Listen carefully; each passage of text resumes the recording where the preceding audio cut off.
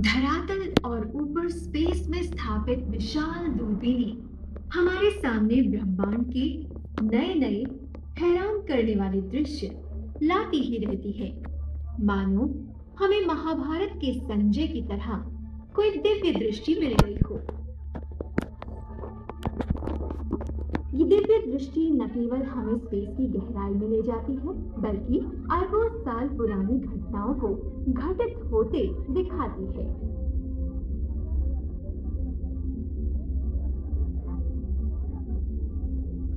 आइए ब्रह्मांड के शुरू के कुछ पलों को लेकर अब तक के विकास और उसके कुछ रहस्यों की जानकारी लें।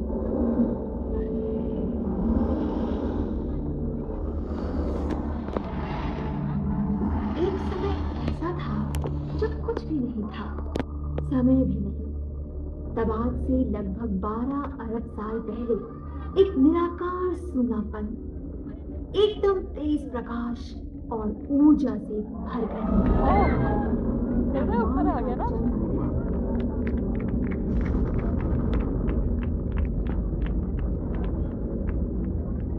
ये क्यों और कैसे हुआ, ये एक गूढ़ रहस्य है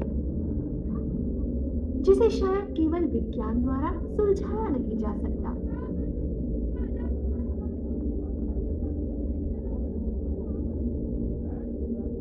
ब्रह्मांड के जन्म के 3 लाख साल पहले की घटनाएं हमारे उपकरणों की रेंज से बाहर हैं। हमें बस इतना ही पता है कि तब ब्रह्मांड में केवल ऊर्जा थी, पदार्थ नहीं।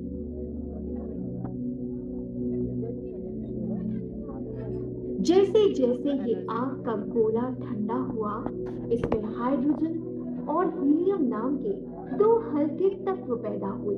आग के गोले का स्वरूप और आकार बदलता रहा। ये वो समय था जब मानव द्वारा बनाए गए उपकरणों से पता चलने लगा कि क्या हो रहा है।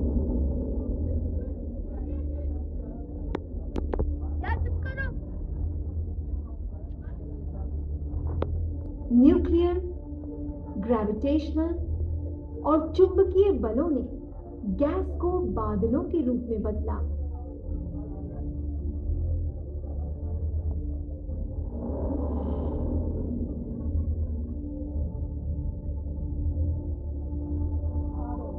बादल टूटकर तारे बन गए।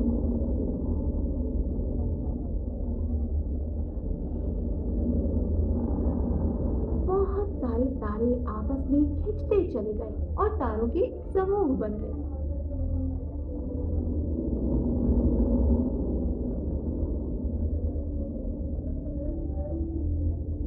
ये तारे ही शुरू के सूर्य थे। वे पुराने कारखाने जिनमें उन पदार्थों का निर्माण हुआ जिनसे हमारी दुनिया तथा हमारी रचना हुई।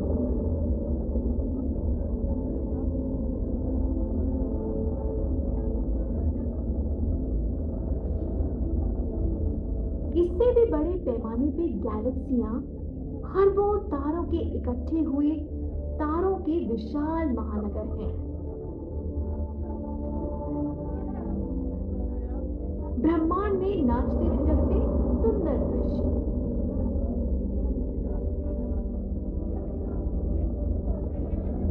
ग्रेविटेशन के प्रभाव से आपस में नजदीक आकर गैलेक्सियां विशाल समुदायों का निर्माण करती हैं।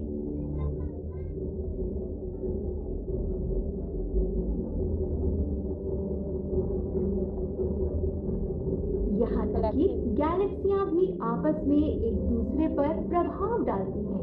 इनके खरबों तारों के ये समूह जब एक दूसरे को खींचते हैं तो ये नजारा बड़ा ही नाटकीय होता है और ये तारे धीरे धीरे एक दूसरे को पार कर जाते हैं।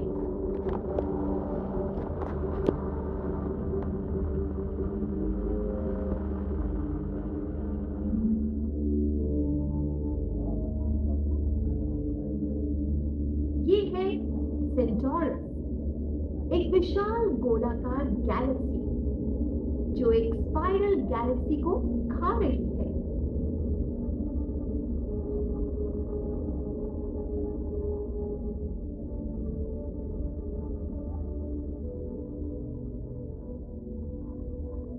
इस लालची शिकारी के मुंह में अब भी उसका शिकार दिखाई दे रहा है।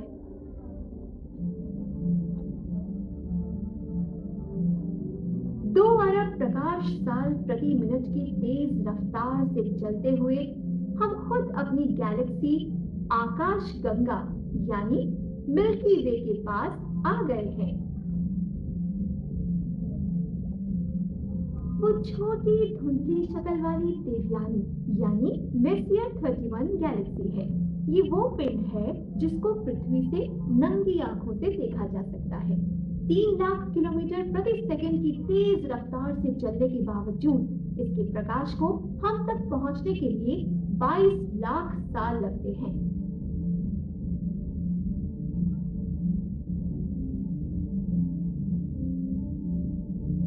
हमारी गैलेक्सी आकाश गंगा यानी मिल्की वे के बाहर चारों तरफ इस प्रकार के तारों के अंगूरी गुच्छे घूमते रहते हैं।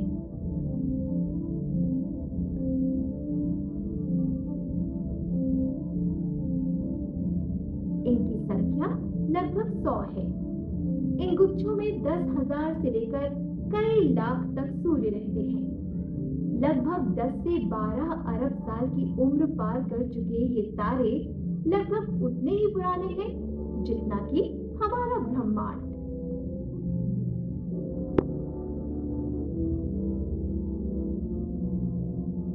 तारों के गुच्छों की प्रभा के बीचों बीच घिरी हुई हमारी गैलेक्सी की डिस्क पड़ी है।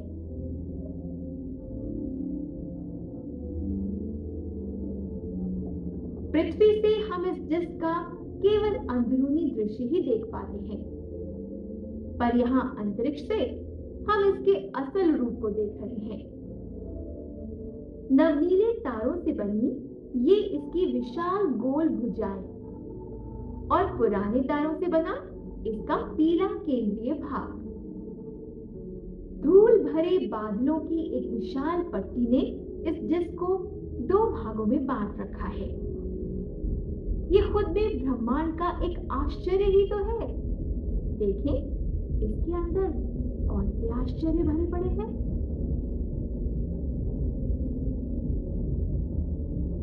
ये विशाल काले मॉलिक्यूलर धूल से बने बादल मरे हुए तारों के विसर्जित अवशेष पदार्थ है। एक चकाचौंध रंगमंच का बदलता नजारा।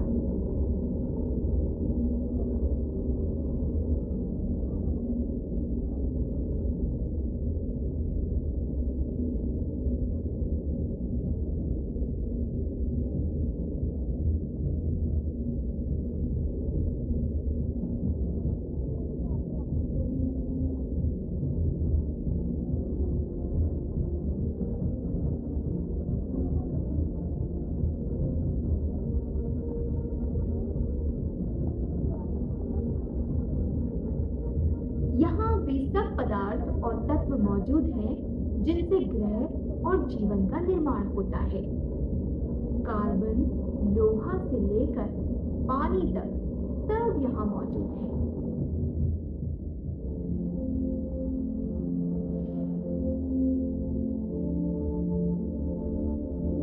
अपने केंद्र की आयनिक भट्टियों में तारे भारी तत्वों का निर्माण करते हैं।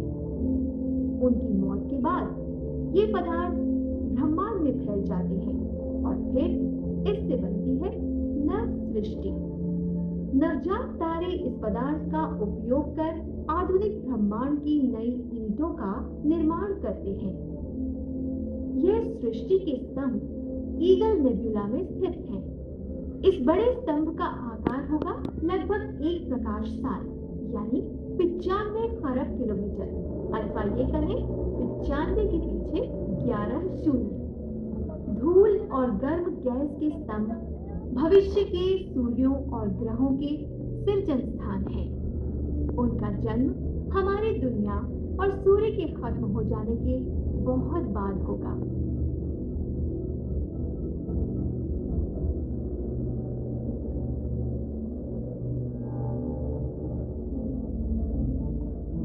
पृथ्वी से आसानी से आकाश में दिखाई देने वाली ये है मृग यानी ओरियन नेबुला। हमारी गैलेक्सी में ही स्थित हमारे पास ही के तारों की नर्सरी। इस बड़े बादल के गर्भ में नवजात तारे और तारों की धूल स्थित है।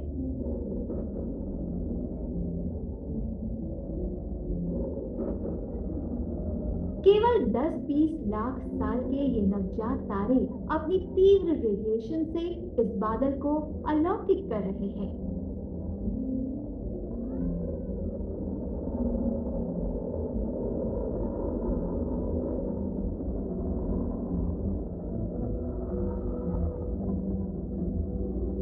हबल टेलीस्कोप के द्वारा इन बादलों को भेदकर तारों की जन्म प्रक्रिया को देखना संभव हुआ है।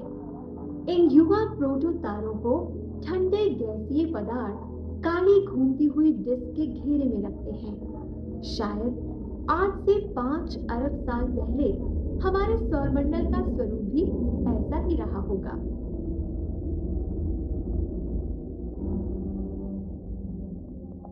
मिलिए ईटा करिना से एक मरता हुआ तारा जो सूर्य से 150 गुना भारी और 40 लाख गुना ज्यादा चमकीला है। इसके अंदरूनी धमाके ने इसे चीर कर रख दिया है। नाइट्रोजन, कार्बन, ऑक्सीजन तथा दूसरे तत्वों का उबाल इससे निकलकर ब्रह्मांड में मिल रहा है। इस तारे को एक भारी खतरनाक न्यूक्लियर टाइम बॉम्ब समझना चाहिए जो कभी भी फट सकता है। इसके धमाकों को सुपरनोवा कहते हैं।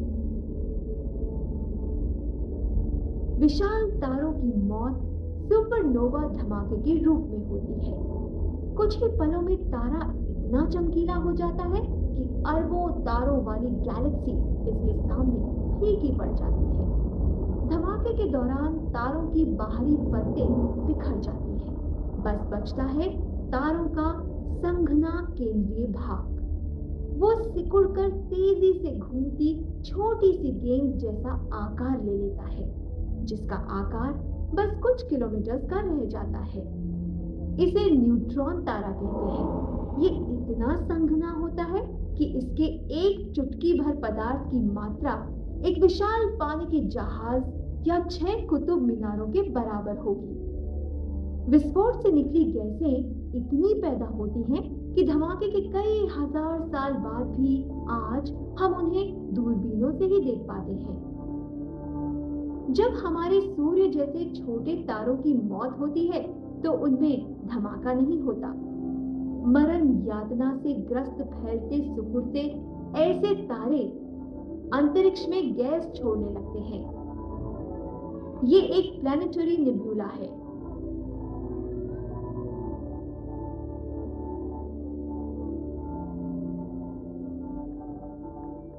आज से लगभग 5 अरब साल बाद यही होगा हमारे सूर्य का भविष्य। पृथ्वी तथा दूसरे ग्रह इस बादल के अंदर ठंडी बर्फ से लिपटी अंधियारी गेंदों में मिल जाएंगे।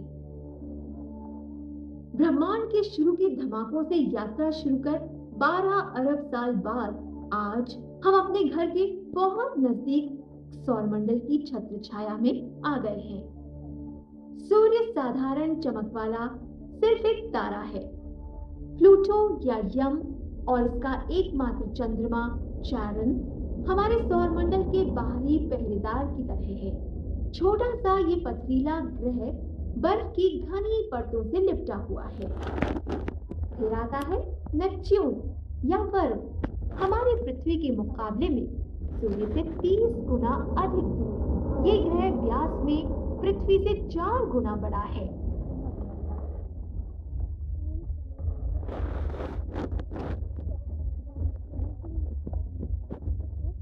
ये है यूरेनस या अरुण। युगों युगों पूर्व हुए किसी महाकाशीय टकराव ने इसके अक्ष को झुका दिया था। इससे वरुण यानी नेपच्यून में बहुत सी समानताएं हैं।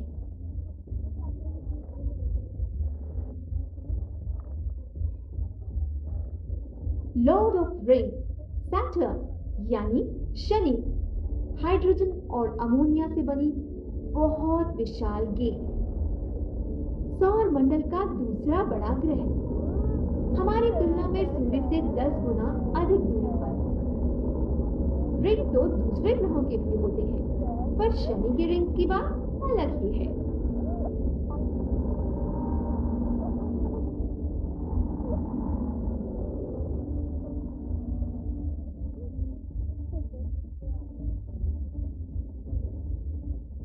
शनि और सूर्य की आधी दूरी पर सौरमंडल का सबसे बड़ा ग्रह बृहस्पति यानी जुपिटर है। इतना विशाल कि इसमें 1300 पृथ्वियां समा जाएंगी। 16 ज्ञात चंद्रमाओं और पतले छल्लों से युक्त ये ग्रह आश्चर्यों का भंडार है।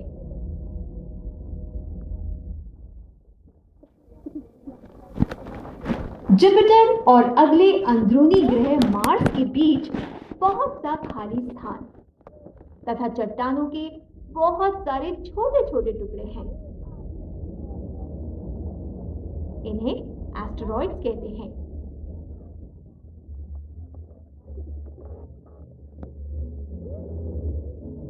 चार पथरीले अंदरूनी ग्रहों में मंगल यानी मार्स सूर्य से सर्वाधिक दूर है। इसका उजाड़, बंजर और ठंडा ये मरुस्थल कभी पानी और सरगर्म ज्वालामुखियों का भंडार था।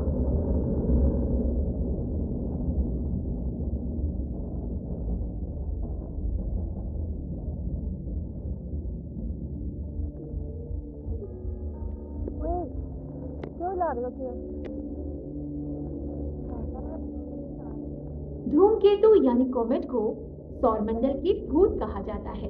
अध्ययन से ये पता चला है कि ये विचित्र रसायनों के कैरियर हैं और शायद ग्रहों में जीवन के बीज बोते हैं। हम तेजी से अपने जीवनदाता तारे सूर्य की ओर बढ़ रहे हैं। ये हाइड्रोजन और हीलियम की बनी बहुत बड़ी गेंद है जिसकी दूरी 15 करोड़ किलोमीटर है। ये एक विशाल परमाणु भट्टी है जो 5 अरब वर्ष से जलते हुए भी अभी ठंडी नहीं हुई। ग्रह इसी के प्रकाश और ऊष्मा में स्नान करते हैं। सूर्य के सबसे पास है छोटा सा जलता हुआ ग्रह बुध यानी मरकरी। पृथ्वी से आधे आकार वाले इस ग्रह पर अरबों साल हुए मीटेरॉइड के हमलों के घाव आज भी देखे जा सकते हैं। दूरी के क्रम में सूर्य से दूसरा ग्रह है शुक्र यानी वीनस। आकार में पृथ्वी जैसा किंतु एकदम भिन्न। कार्बन डाइऑक्साइड से लिपटा इसका वातावरण गर्मी को रोक लेता है जिससे ग्रह की सतह का तापमान इतना अधिक हो गया है कि लेड या सिक्के जैसी धातु पिघल जाए। ब्रह्मांड में एक चंद्रमा से युक्त ये नीला ग्रह पृथ्वी जिस पर हमारा आवास है। बस चंद्रमा ही अब तक एकमात्र ऐसा बाहरी पिंड है जहां मानव के पैर पड़े हैं। मात्र 3,84,000 किलोमीटर की दूरी पर पड़ा मानव का ये छोटा सा कदम भविष्य में दूसरे ग्रहों की शोध करने की आधारशिला बनेगा। तब तक हमारी जानकारी में विशाल ब्रह्मांड में ये छोटा सा नीला बिंदु ही शायद एकमात्र ऐसा स्थान है जहां जीवन है।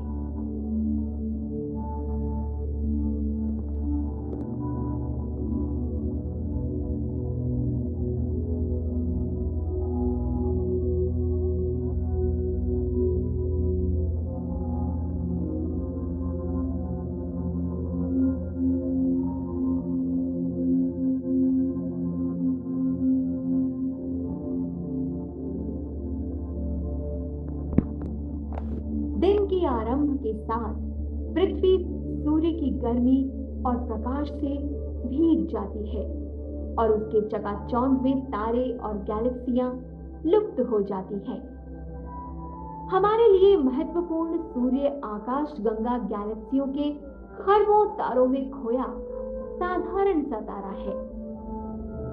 विशाल ब्रह्मांड में न जाने कितने तारे होंगे, कितने ग्रह होंगे, अनेक प्रकार का जीवन होगा। वह भी शायद अंतरिक्ष देखते होंगे, प्रश्न करते होंगे या सिर्फ ब्रह्मांड के सौंदर्य को ही निहारते रहते होंगे।